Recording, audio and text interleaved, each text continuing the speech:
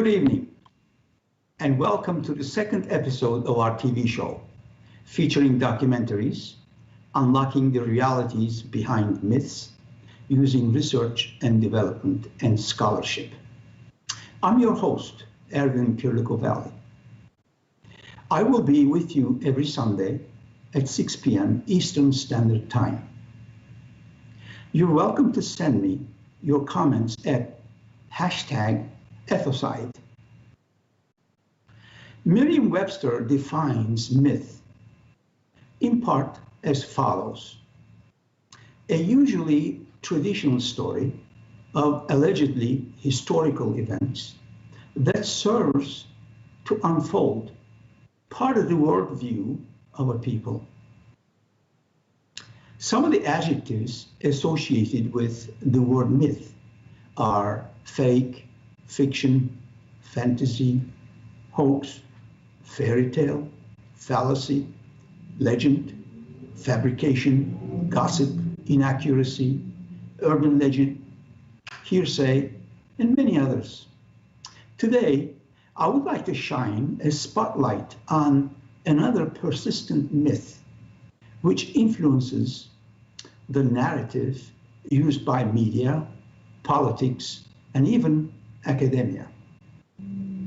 The infamous alleged Hitler quote, "Who after all speaks today of the annihilation of the Armenians?" Dr. Arnold Reisman, a child Holocaust survivor, with his concentration camp prisoner number tattooed on his forearm to prove it, narrowly escaped Hitler's killing machine. A meticulous researcher in his own right and prolific writer, Reisman studied this matter carefully. Reisman obtained the transcripts of the Nuremberg tribunals and traced the events judiciously.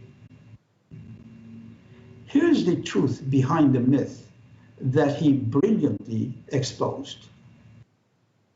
The Associated Press Berlin bureau chief, Louis Lochner, a journalist, submits a document to the US prosecutor Alderman, supposedly containing Hitler's speech on August 22nd, 1939, in Obersalzberg, Germany, addressing his commanders-in-chief just 1 week prior to the launching of the attack on Poland.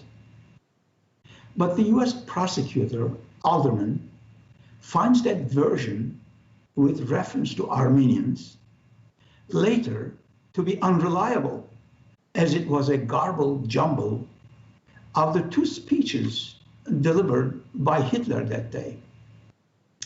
Luckily for the forces of truth, the US prosecutor was able to locate among the captured OKW documents. OKW is the then German equivalent of our Pentagon today. Now we know there were not one, but two meetings that day between Hitler and his top generals. Besides, the two meeting documents captured from the Germans are authenticated and they do corroborate each other. Here's the clincher. Those two genuine German documents do not have any reference at all to Armenians. So the US prosecutor decides to number all three documents.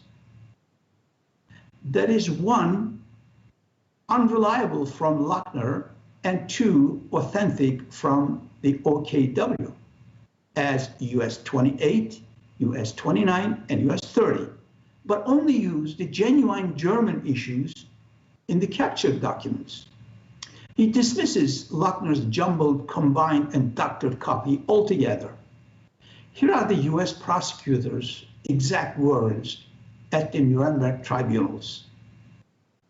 We have three of these documents related and constituting a single group. The first one I do not intend to offer as evidence. The other two I shall offer. The reason for that decision is this. The first of the three documents came into our possession through the medium of an American newspaperman and purported to be original minutes of this meeting at Obersalzberg, transmitted to this American newspaperman by some other person.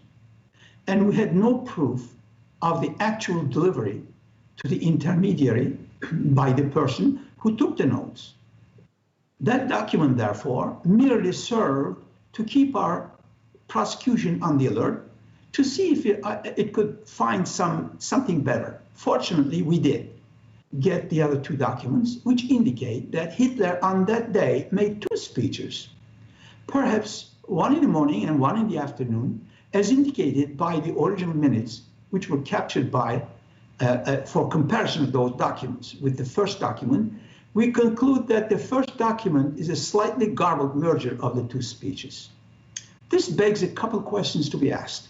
Why would Lochner deliberately put words into Hitler's mouth like that, and why Armenians? The answer to this mystery comes from, to find the smoking gun, as Reisman aptly put it, we need to rewind the years to World War I. One perhaps finding Lochner's predisposition right when he considered for many years to be wrong. In 1916, he was the signatory of a manifesto proclaiming, among other actions, the use of propaganda for establishing the autonomy for Armenia.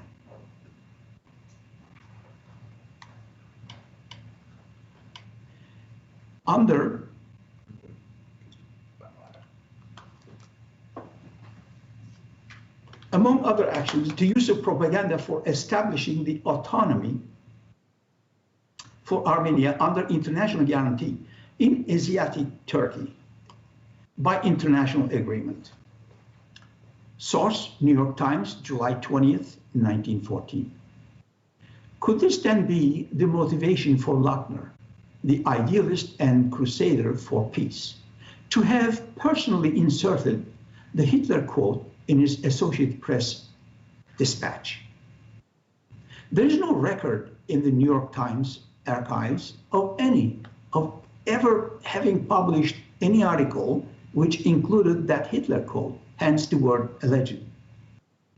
The above addresses Lochner's untrustworthiness, yet an excerpt from Lochner's imaginary version of the Hitler speech is used on the US Holocaust Memorial and Museum wall. At best, it is garbled hodgepodge. At worst, a forgery. Might the US Holocaust Memorial and Museum have an honest answer? It would be enlightening for truth seekers who are sensitive to the revisionism of Holocaust history to promote the Armenian cause. The background on how a fake Hitler quote finds its way to the walls of the US Holocaust Memorial and Museum can be found in this book describing the struggle to create the museum, Preserving Memory by Edward T. Linenthal. There, one can see how Michael Berenbaum championed the Armenian cause with support from Armenians to the ire of survivors. On February 13, 1991, a prominent survivor ordered Berenbaum not to mention Armenians in his presence, page 234. I wonder if the eventual decision of the museum to emblazon a fake Hitler quote on a museum wall to appease Armenians would prove embarrassing enough after the 2015 verdict by the European Court of Human Rights that they would quietly remove it or cover it. After all, a huge lie is emblazoned on an equally huge wall in Washington, D.C., staring at the school children in the face every day, thanks to a falsifier named Lochner and his Armenian supporters. The ECHR decided in 2015 that the Armenian genocide was an opinion, not a court-proven historical fact, and that rejecting that opinion would be an exercise of the right of freedom of speech. Also, that genocide could not be compared to the Holocaust, as the former lacked any scrutiny by a competent court, while the latter was supported by the verdict of the Nuremberg tribunal. Having studied this matter myself, I was pleased to note corroboration of Reisman findings with other scholars' work. Dr. Heath Lowry, for example, published his findings in 1985, the US Congress and Adolf Hitler on the Armenians. About the spurious Hitler quote, his conclusions focused on three areas. One, partisan ethnic politics. To appease a handful of potential voters, some American politicians are willing to allow themselves to be used as tools of ethnic pressure groups. Two, beleaguered by economic and social problems of its own, Turkey also has to cope with misinformed American politicians lecturing Turkey on Turkey's history. Three, the US Congress would be better served if its members were to confine their activities to the business at hand and leave the writing of history to historians. Here you see Jim Jordan, Rev. Jim Jordan, schooled by historians for suggesting founding fathers would oppose COVID measures. Another scholar, a historian of Armenian descent, Dr. Robert John, says frequently used Hitler quote is nothing but a forgery and should not be used in an Armenian weekly called Reporter in its August 2nd, 1984 issue. Another historian, Yücel Güçlü, in his book, The Holocaust and the Armenian Case in Comparative Perspective, says this on page 119. In another inter memorandum of the US Holocaust Memorial Museum, dated 26th of July, 1992, it is mentioned that the veracity of the Hitler quote has always been in serious doubt. Edward Linenhall, the author of the book, there you see him, it has assumed a life of its own and has been misused for propaganda ever since. Such use would put Joseph Goebbels, you see him here, German Nazi minister of propaganda, to shame. Yet another scholar, Dr. Turkay Atöv, in his book, Armenian Falsifications, says this on page 95. The truth is that the Nuremberg trials have never accepted that version of Hitler's speech with a reference to the Armenians as evidence. There are many other historians, researchers, and writers who expose the fallacy behind the infamous Hitler quote. So, a couple of questions beg to be asked. Why do Armenians resort to using a proven falsehood? What is the motivation behind promoting a notorious lie? For answers, I go back to the historians who researched this matter. According to Atöv, because Armenians want to set it into motion as a connecting link with the Jewish genocide, which was truly a genocide, and thus benefit from the influence of the Jewish community. That's on page 97. Another historian, Güçlü, opines, politically, Hitler is a magic word that conjures up an all-true image of undisputed evil. He's quoted on the Armenian question for polemic and political purpose to tie the Ottoman Turks to Hitler's evil. That's on page 119. Reisman is equally explicit. Armenian spokesmen and their supporters have often used this quotation as a way to link their cause with the Jewish Holocaust. Because that statement is carved into the wall, the US Holocaust Memorial Museum provides credence for that link. A revision of history, page 204. Lowry points to the fake, quotes, propaganda power on page 124. A significant portion of Armenian propaganda efforts in recent years has been devoted to establishing a linkage between their own historical experiences and those of the European Jewry during World War II. Even Wikipedia, which takes Armenian allegations at face value, despite ECHR verdict of 2013 and 2015, says this about the bogus Hitler quote. The veracity of the quote has been debated by scholars. The quote has often been cited, particularly by Armenians, to support the interpretation that Hitler knew about the Armenian genocide and was inspired by it to commit atrocities. Lochner's unreliability and fallacy of the Hitler quote are proven beyond a shadow of doubt.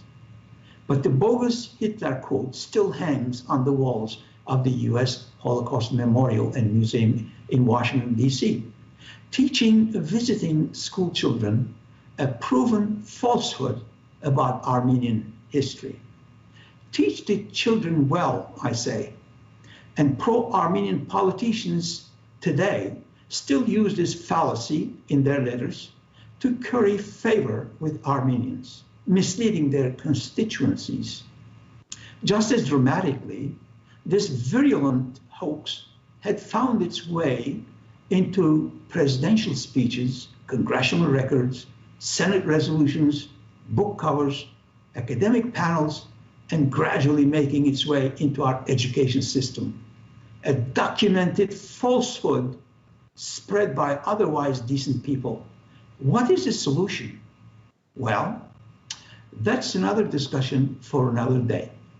Thank you for joining me. See you next week.